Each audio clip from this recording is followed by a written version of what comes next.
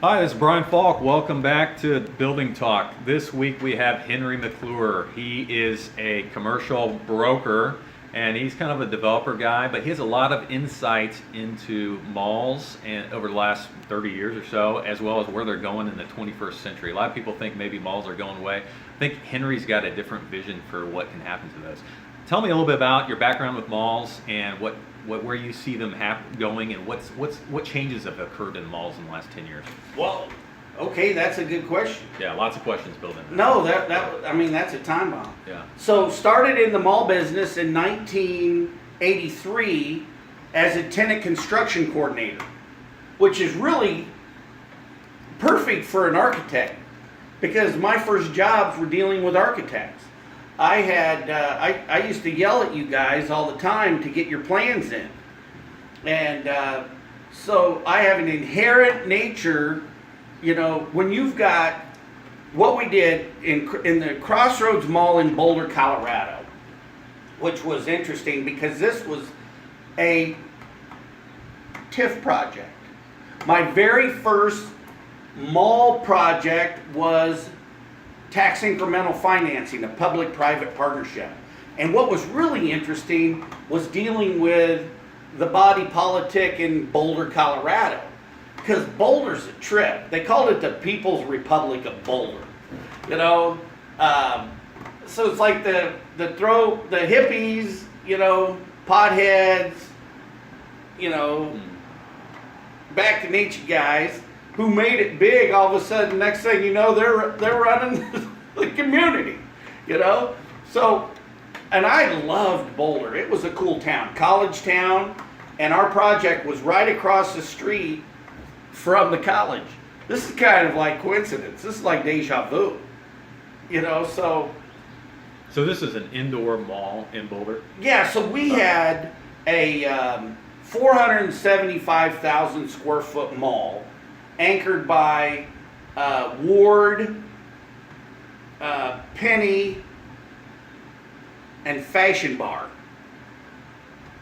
And we added Mervyn's, we added Mady and F and Mervyn's. And this is actually the antithesis of our last week's show on College Hill, because zero residential. And this project, we retired the bonds of 20 years in 7.5 years because of the tax sales. It blew up. It was a going Jesse. So what we did was, it's almost exactly like College Hill. College Hill was acquisition of 40 pieces of real estate. We had to acquire, let's just say a whole bunch of real estate, and we built 500,000 square feet of a 2-level mall onto an existing 475,000 foot mall. And the role that I played was actually the most fun and mind expanding and like walk before you run. I don't know what analogy, but it was the best training I ever had as a professional in the real estate business. So, and it transformed. This really put a whole new face on the Macerich Company. It threw the Macerich Company into the future. It was a successful TIF project, and what year was this again? 1983. 83. Okay. So what I did So was, malls at that kind of as a perspective. I was a young man, 4 or 5 years old in 1983. Malls came about probably in the 60s, indoor malls. Is that right? well, You have a history on that? the first indoor mall. The first organized shopping center was J.C. Nichols in Country Club Plaza, 1932. Yeah. So kind of indoor malls as we know them as big, huge boxes. Probably not until the 70s. No, or 80s. no, 50s. 50s. Yeah, I worked on a project in California, in Lakewood, and Lakewood was actually the first plan unit development of LA County. A guy named Eichenbaum got a guy that was in the residential business, and we had 175 acres of retail, and then guy built houses all around it. You had Boeing over here at Long Beach Airport. I mean, if you really think of the history, working on the first planned unit development of Los Angeles. Well, and for the people that might not know what a planned unit development is, tell us a little bit about that. Well, it's a way for the planners to nick you for more development costs. Yeah. So it basically helps with zoning, right? It allows you to have more creativity. No, literally, that's the truth. Yeah. Okay. You know, well, so, explain that then. Yeah. Okay, so if you've got like all the different kinds of commercial zoning, let's say C4 is the most intense. Well, in case in point, this property over here is going to be, it's C4 zoning. Over here, pointing at 29th and Fairlawn. Yeah. Right, Klossman's deal. So he's going to do a plan unit development on that. We'll bring it back to Topeka. And so he's integrating residential and different components that don't fit into C4. For example, going back to the College Hill project, David Morgan was living in a commercial project that was a violation of the zoning code. So certain zoning won't allow, you can't live there, you know? It's the separation. You know, and I really find zoning very... So PUDs allow you to kind of rezone it in a way that works for your development. For mixed-use development, Yeah. more of a mixed use. Yeah, and so like in Topeka, I've heard recently they're changing the zoning in downtown to do the same thing. I think they maybe call it a D1 or something. Have you heard about Well, that? yeah, that's kind of funny. It's like, okay, look, if you're going to do it downtown, you can do whatever you want. We need you to do it. But if you're going to do it over here, hang on, you got to take a look at it. So how do they get more costs out there? There's an application process and high fees, or where's the cost? I say that a little bit of tongue in cheek, but yeah, it's more of a process. Okay. Okay, great. That's enough on PUDs. Back to malls. Okay, so 1984, California, you got this mall project happening. No, Boulder, Colorado, Oh. 1983. 83, Boulder, okay. And what did you learn from that? What was the big takeaway on that project? Okay, now this is going to really... What I learned from a deal maker standpoint is that the plans that were submitted to the landlord for approval were an indicator of how the deal was going to go. That was my walk away from that as a deal maker, and it's been true ever since.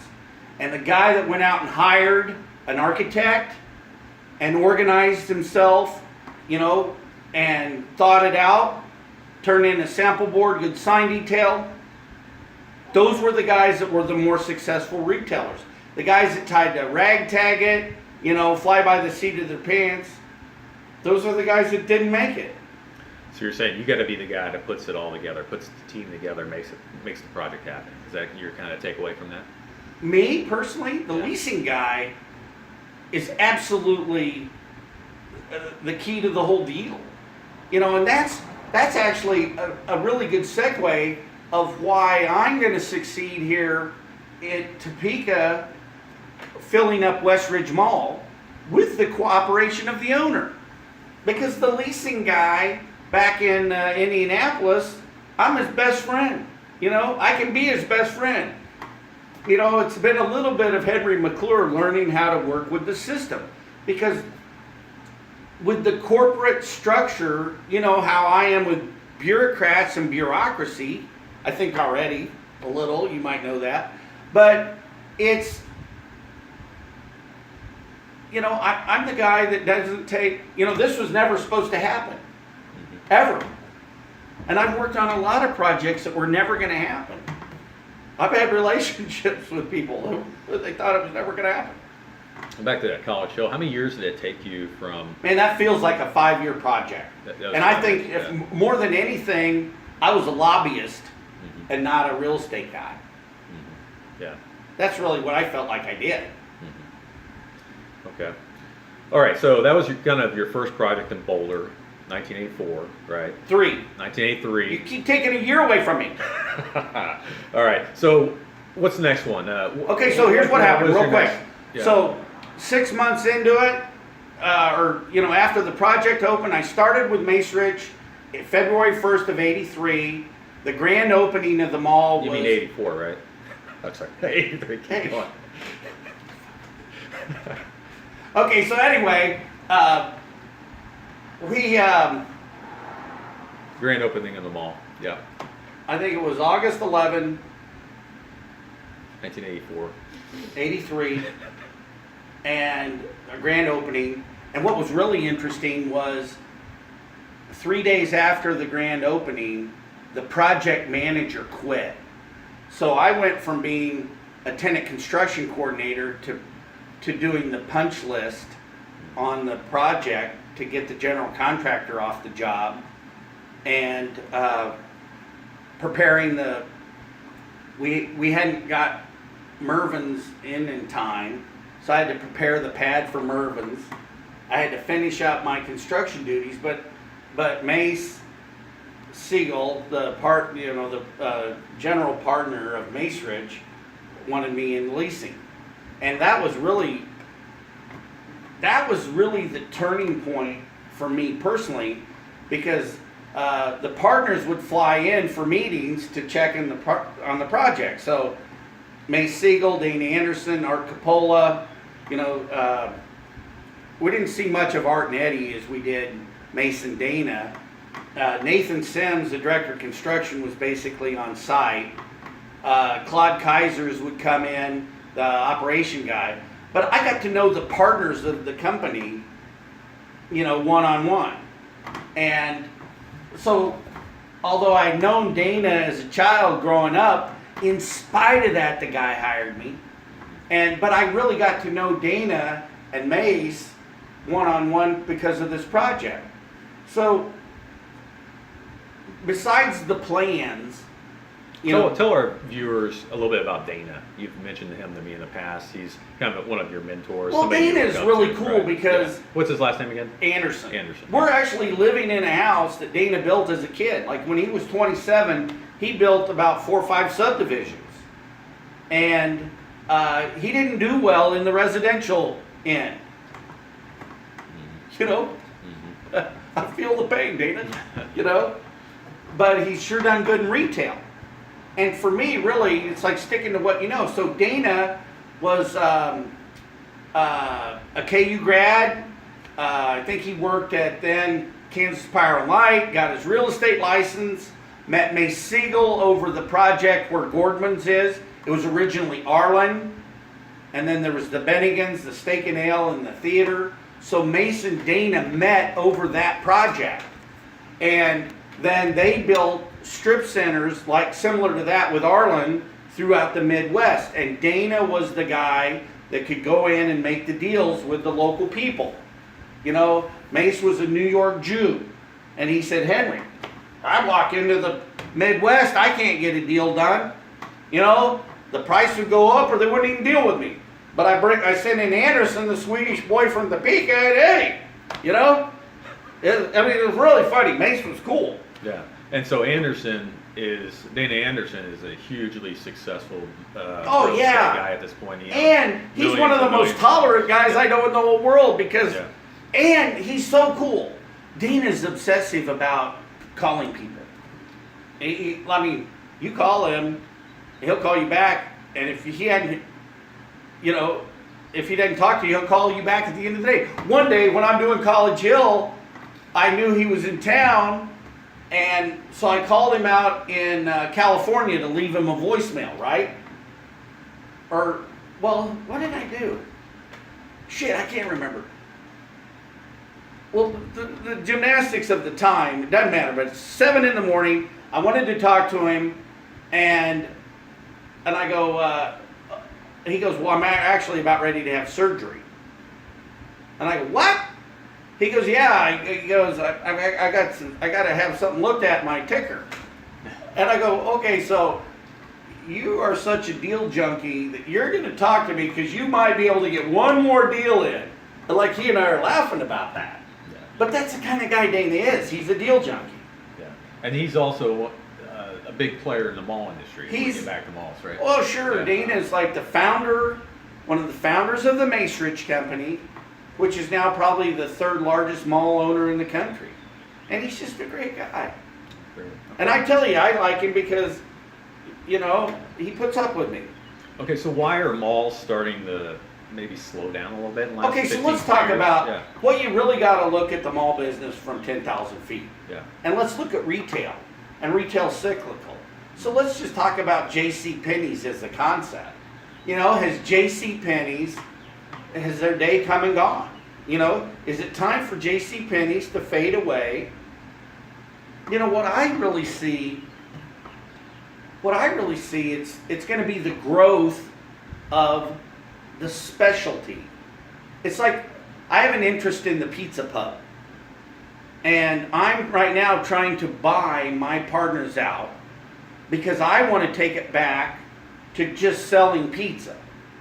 You know, no wings, no little brownie bites, no bullshit.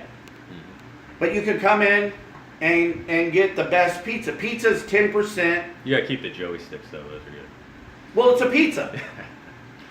It's a pizza. You know, it's just Yeah, oh, yeah. It's pizza, yeah. right. I mean, we ought to be making a calzone, you know? Fold it. You know, it's just a pizza. Fold it. You know? Hey, take it. It's like a pizza football. Okay. But- So the So what I'm malls are- getting at is yeah, specialty. yeah. So the people that have a specialty, it's the opportunity for the specialty person to arrive. So I want to talk about Petland. The owner of Petland asked me to look at her lease, and after I read her lease for the mall, I said, "Man, I want to put a pizza place here." Because the mall was reaching to make a Petland deal. And what's going to make our mall successful here in Topeka is integrating as many local people as possible. Because what I learned in the mall business, working for Macerich, broad brush, a third, local, regional, and national. And that mix is almost perfect. And we had a mall in Reno, Nevada that was almost spot on that.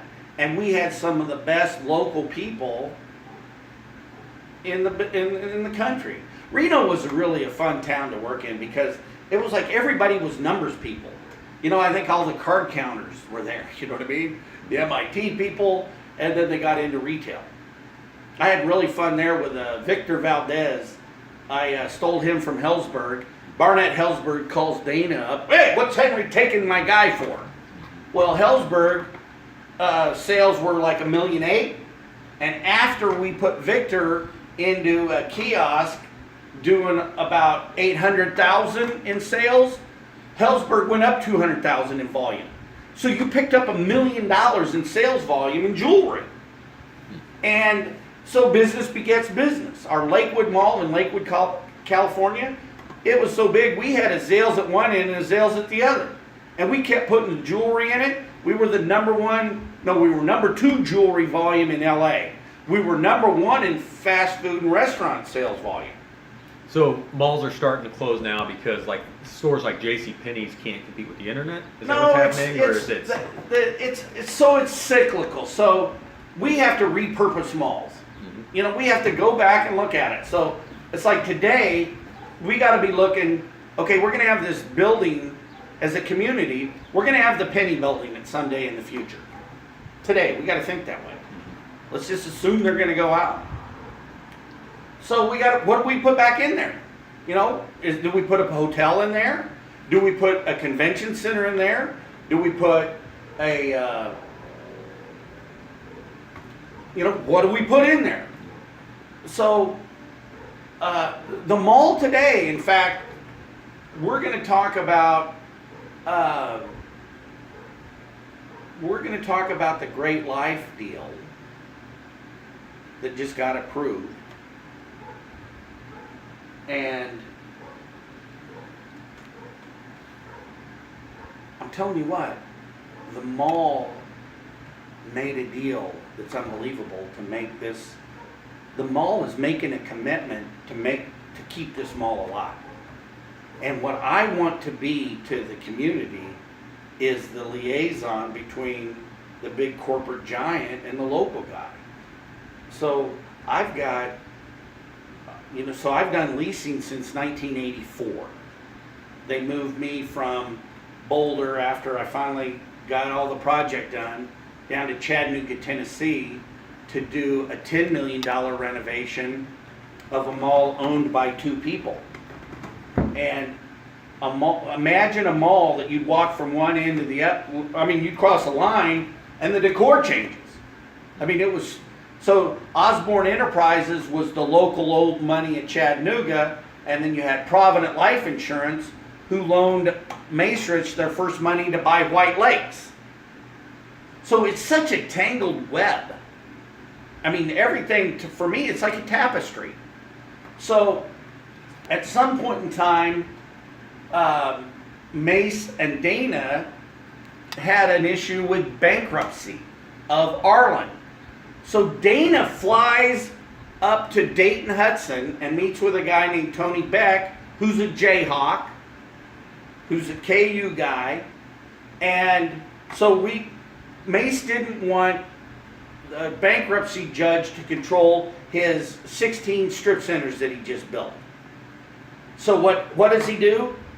He tells his partner, Rich Cohen, hey, Rich, who was Rich, he goes, let's buy controlling interest in Arlen and we'll dispose of Arlen.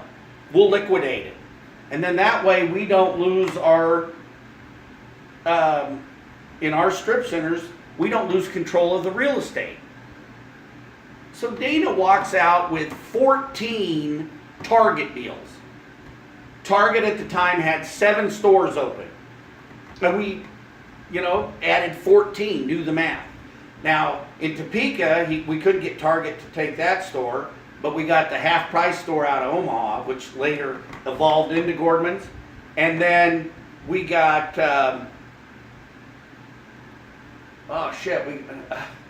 we got the first 90,000 foot Walmart in Joplin. So think of the history of that. Target, look at Target today, 7 stores, 14 overnight with Macerich. Look at Walmart today. And I'm not saying that Dana, Dana's right place at right time. Like he didn't go in and go, hey, Target, I got it, this is how you're going to be a big company. He says, look, I got 16 opportunities for you, Target. Let's make some deals. And they jumped on 14. Walmart jumped on 1, and we got the Half Price on the other. So, boom, Macerich now is alive. They didn't go under. Mace, so Dana's like golden with Mace and Rich. So you had Mace Siegel and Rich Cohen, Mace Rich. And, wow. So they're at a Chamber of Commerce meeting, luncheon, and Lou Falley is at the luncheon, and Lou leans over to Dana and Mace. He goes, hey, I'm about ready to start a chain called Food for Less, and I want to sell my interest in the mall. He goes, I'm not making any money in the mall business. Why don't you guys buy my mall from me? So Mace then makes a deal with Provident Life Insurance, buys the mall from Lou Falley, the original developers, Keith Myers. There's a whole crew of people locally that put that deal together. And so we cut up the Falley store. And so imagine this. This is back when malls were about fashion. Imagine contemplating whether or not you were going to even put Gap in your mall. Mace goes, what do you mean, a jean store? What are you talking about? So Gap wasn't high enough fashion for their mall. I'm telling you, it was a question. Yeah. And so we were able to take the Falley store on an entry mall location White Lakes is what you call a dumbbell mall. You know, you got an anchor on both ends, like a dumbbell. Yeah. You know, and middle space. So the Sears building was not owned by the mall. It was owned by Sears. And J.C. Penney's, so they were separate buildings, but the landlord owned everything south of Sears. Including J.C. Penney. Yeah, including J.C. Penney. Well, what's significant about J.C. Penney was when the new mall was built, JCP Realty owned 35% of the mall, was Simon. So JCP Realty, of course they're moving their store over. So this is really a cool story in my mind, that simple life that I live. So Mel Simon's trying to get Sears, and so Mel's gonna buy, Mace gets wind, Mel's gonna buy the Sears parcel and basically give Sears their land to build their own building. So they cash out of White Lakes and they're given a free pad over here. That's the chess game. So Mace flies to Chicago, and Mace always had a checking account with $1 million in it, no interest. And it used to drive the IRS crazy. Like, hey, why aren't you getting interest? You know, because if you're getting interest, we can tax it. But, you know, Mace says, so he has $1 million in one account. So he flies to Chicago, and he's sitting down with Ron Ruth and the crew at Sears Real Estate, and he says, look, man, I understand. This is, you know, Mace. He was a very, he was larger than life guy, you know, Mace. So he says, look, I understand you're going to go to the mall. I understand that deal. But you're going to sell me the Sears building today. Because Mel Simon intended on just keeping it dark. He didn't care. You know, that's really, I mean, that's really how you get it. You know, you get to the guy. You kill that one. So Mace, they came up with $750,000. Mace wrote a check for $750,000 and wrote on a memo, you know, for the purchase of that building. Mm-hmm. And that was the deal. And then they flew back and did the paperwork. But Mace bought it sight unseen, or not sight unseen, but just with a check. Mm-hmm. Boom. So then we later on, and really what I admired about Mace was, and he was like a superstitious guy. And he said, you know, I pulled more money out of White Lakes than a lot of my malls. Because he put $1.3 million back into the renovation of White Lakes after that mall was open. He was going to try to save it. Yeah, pretty cool. So, so what happened with White Lakes? So White Lakes in Topeka is an older mall that was probably created in the 60s. My parents tell me about, you know, them going there. They lived in the area at the time. And then probably, mid 80s, it started to go down. Well, Is that right? And that mall needed to be built. Mm-hmm. It did. Yeah. And because, see, here's the thing. You're talking Westridge needed to be built. It did. Because here's the thing. We couldn't knock it off the map because we didn't have enough anchor space. We didn't have enough elbow room to build what the market said needed to be here.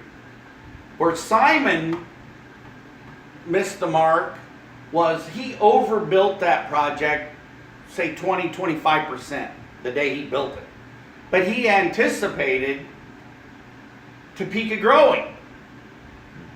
So the new mall opens, Sears goes, Penny goes, the new fashion anchors come, and we're sat there, you know, we're scrambling.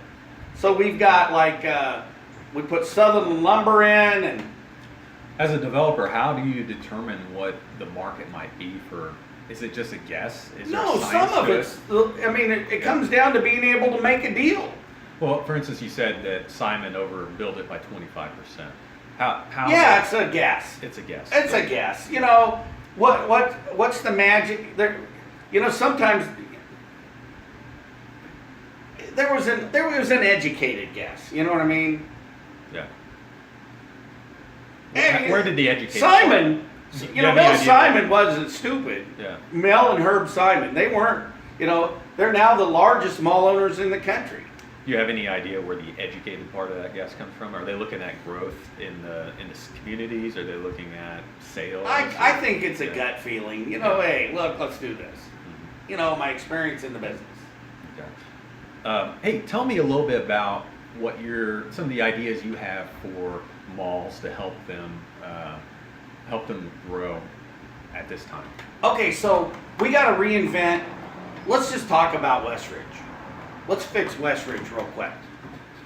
And what I see the future, and what I really see the future of our community is entertainment. We got to really look at that real estate as an entertainment place, a place for entertainment. I'm at this visioning meeting, and I'm sitting next to a guy, and he says, man, what we need is a big roof over a place, so if we got rain, you know, the show goes on. I go, yeah, we got it. It's called Westridge. And so the evolution of the mall business is, I mean, this is really some serious stuff. You're thinking about it, is that, and this is what history's going to repeat itself. And history started off with malls being owned by individual people. And they were at one time the largest mall owners collectively, the individual owner. Macerich went public basically to do estate planning for Mace. It was a way to plan Mace's estate and also create a vehicle, a financial vehicle that Art and Ed Coppola could take and run with to create a whole new future. You know, Dana said the other day, he goes, you know, Art and Ed took Macerich to places that Mace and I couldn't ever do. So nowadays, most malls are owned by large corporations. With So the shareholders. REITs, Real Estate Investment Trust, Okay. are the largest mall owners now. And so currently, Westridge is owned by a company called Washington Prime. And so what Simon did, Is Washington Prime a REITs? yes. It is. So Washington Prime, or Simon took a bunch of malls and put them in a company called Washington Prime. And this was like in the transition of me doing Pizza Pub. And I started off with Simon, a guy, and Simon actually had a guy here named Chris Tilley locally, and Chris and I were going to work great together. You know, he was a leasing guy, and that's the difference. This is what Macerich did different than Simon. Is they took guys like me and put us locally. So I went from Boulder to Chattanooga, back to Boulder to Greeley to Long Beach. And when I lived in Long Beach, officing out of Lakewood, I commuted via Delta to Reno. And then I picked up a mall in the San Fernando Valley. And then I started working on more malls in the LA area. Gave up Reno and then moved to Ventura. And then when I was working in Ventura, I started a project called Project Tiger. And my idea was to go around to all the troubled malls and find the deal that the leasing guy ain't making because he's so busy. You know what I mean? There's a deal right in front of me today, you know, the calls that I'm not taking right now from Justin, you know, because I'm busy doing something. You know, this is productive. It is. It's helping me, you know, it's almost like a therapy session event where do I need to channel my energy. But we had local leasing. Real estate is local in nature. You can't sit in a corporate office and relate to the community. So you're saying malls ought to be owned locally? Is I what want to you're thinking, own by individuals? I want to own Westridge Mall. Yeah. I do. And you also mentioned entertainment should play a big part of it. Yeah. Right? So like what I want to do, like you know the entrance where the theater used to be, where the trampoline guy's going. You know, down there by Vicky's Secret and Wet Seal. Sure. That entrance. So it's the it's across from the theater. You know that entrance. Imagine right there an elevator and a new park that takes you upstairs to the food court. And then I want to redo the food court. I'd like to put like a yard house, a tap house, put a restaurant, bar in the food court, and make the food court basically go away. And use the common area to create a really large restaurant use that's a draw. You know, basically they've got the food court in an elbow, and it's hard to get to. And you've got to have a food court. So I did a lot of studies at Mace Ridge, you know, poring over all the sales figures of all the malls. And I found that food courts were not great. You know, the only food courts that did do good were food courts that were on entry malls, to where you could drive up, eat, and leave. You know, so you've got it. The food court was designed to be a draw, and it ain't. The cost, the CAM cost, the common area maintenance costs are too much, and it's just, you can't really. It's just. Yeah, it doesn't work. No, it doesn't work. So let's get rid of food courts. Instead, make a high-end. Yeah, really like so. Kind of, and that's what I want to do with Pizza Pub. I want to go back just to selling pizza, get rid of all the other bullshit, and recreate my concept, and stay open late, and have a good inside-outside location where you've got the benefit of Wanamaker and the mall.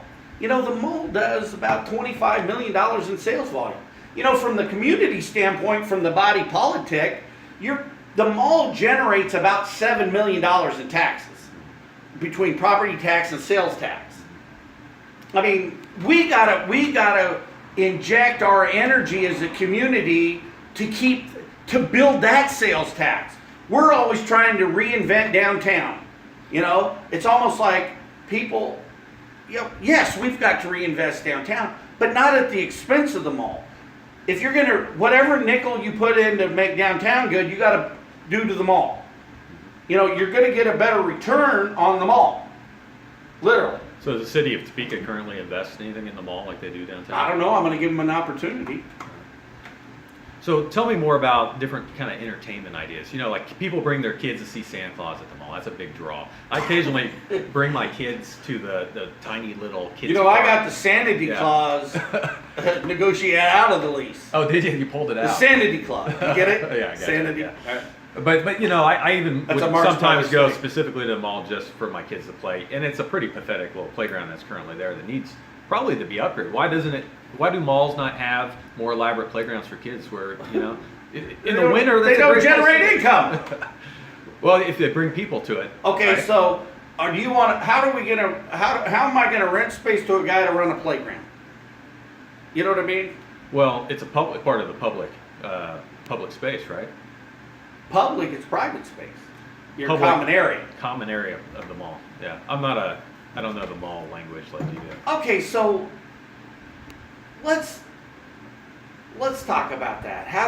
So it's like the Potwin pottery, you know, the wine lady over here that's painting and wine, you know, it's getting the interactive retail into the real estate. You know what I mean? How do you get?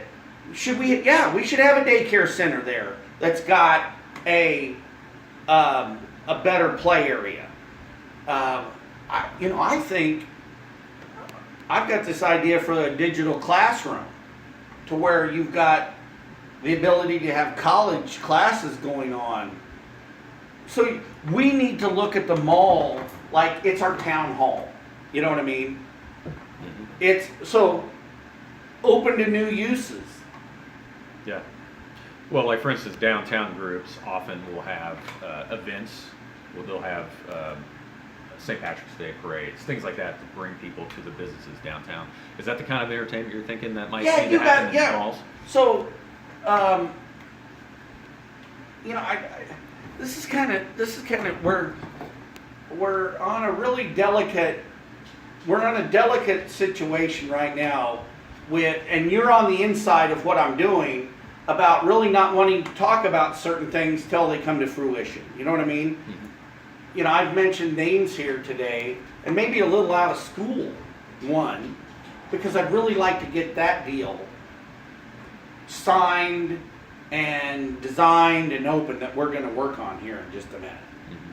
But Well, you mentioned also like badges. I thought that was a cool idea. That's not top secret, right? Your kind of your card idea, right? Where you've got like a man, mall buck kind of thing. We've got to create. You know, the other day, I paid. Well, tell them what. Well, I want the to create idea. a loyalty program. Yeah. Okay. And I want to create a loyalty program for Shop Shawnee County. It's kind of like shopping at your grocery store. You earn points Right. or whatever. But I want to make it for Shawnee County. Okay. I don't want to make it just for the mall. I want to make, hey, because you got to promote the community. And so, hey, look, our rewards programs works within Shawnee County.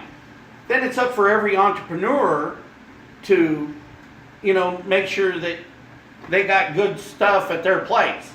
But, you know, if Brookwood, Fairlawn Plaza, downtown, Noto, you know, all the other people have to get the same benefits. You got to give everybody an even playing field. Mm-hmm. But we want to. So what we need to do is we need to create a way to get our tourists that are here, you know, passing through, and the people in the surrounding counties, because our MSA is actually around 300,000. You know, the marketing, the statistical area that retailers are looking at because of what we draw. And so the loyalty program needs to be countywide. And then let every entrepreneur, and it's got to be it's consumer based driven. So what I'd really like to see is that our sales tax somehow fund the rewards. The economic development. Excellent. How you doing? What do you? Yeah, we're doing good. One last question for you. Tell me about. I've seen a lot more outdoor style malls, similar to Legends in the Kansas City area. It's a outdoor mall versus a fully enclosed mall, and Legends seems to be doing really well. Talk about why you think that's working, and why some of the more enclosed malls seem to be slowing it down a little bit. Well, part of it is laziness, right? Mm-hmm. You know, people want to just park and walk up to the store, you know.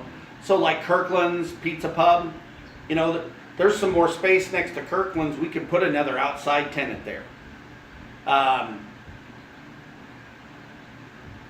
So there's some opportunities at the mall. And that's what, you know, part of that I don't get, because I dig the enclosed environment, you know what I mean? Having the roof, you know, having, you know, we got to figure out how to integrate the stage and the bands and all that into the mall, you know. How do we really have full-on entertainment? And really part of it's the social media. So there's a space just across from Pizza Pub that I want to turn into like an entertainment venue. I want to have, and like at 9 o'clock, let's crank up the band. So You're talking about that empty lot near Pizza? No. I'm talking about inside. Oh, at the mall. Yeah. Okay, gotcha. So, you know, I'm not answering your question very well. Lifestyle centers versus malls. So that's the formal definition of what Legends is. It's a lifestyle center. yeah, That's what they call it. Okay. yeah. And it's even more than that because of You know, that was done with TIF development. That's a TIF project with the, no, actually star bonds. You know, the bigger you go, the better. Okay, tell everybody what a star bond is. Well, a star bond, I think, has got to start at $50 million. And a star bond is TIF financing on steroids. It's just a bigger TIF. You know what that acronym is? No. I was trying to think of it myself. I couldn't think of it. State tax, maybe? I don't know. Is it a state thing or? We got to follow up Yeah. on what the acronyms are. All right.